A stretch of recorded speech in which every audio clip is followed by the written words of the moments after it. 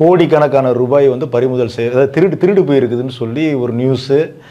அதுக்கு உதவியது இந்நாள் அமைச்சர் ஒருத்தர் தான். அதுக்கு அந்த யார் எடுத்துகிட்டு போனா அப்படிங்கிறதெல்லாம் விசாரிச்சிருக்காங்க. கடைசியில் பார்த்தா அவங்க குடும்பத்தில் உள்ள ஒரு ஆளே தான் அதை பணத்தை வந்து திருடுனதாக ஒரு செய்தி வந்துக்கிட்டு இருக்கு. இது மதுரையில் இருக்கிறவங்களுக்கு தெரியும், மீடியாவில் இருக்கிறவங்களுக்கு எல்லாத்துக்குமே தெரியும், அது யார் என்னங்கிறது தெரியும்.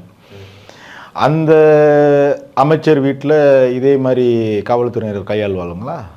இதே மாதிரி தூக்கிட்டு போயிட்டு உட்கார வச்சு விடிய விசாரணை பண்ணுறன்ற பேரில் அடிப்பாங்களா, கை வைப்பாங்களா?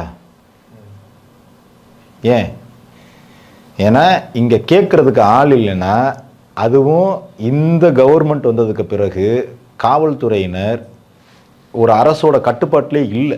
கடந்த கவர்மெண்ட்லேயே அதான் நடந்துச்சு. எடப்பாடி அதை சொல்லி தானே நீங்கள் வந்தீங்க. அங்கே அதெல்லாம் நடக்குதுன்னு சொல்லி தானங்க நீங்கள் வந்தீங்க. நாங்கள் வந்து அதை செய்வோம் இதை செய்வோம்னு சொல்லிட்டு தானே வந்தீங்க. நீங்களும் அதையே செஞ்சீங்கன்னா அப்புறம் அவங்களுக்கு என்ன வித்தியாசம் இருக்குது?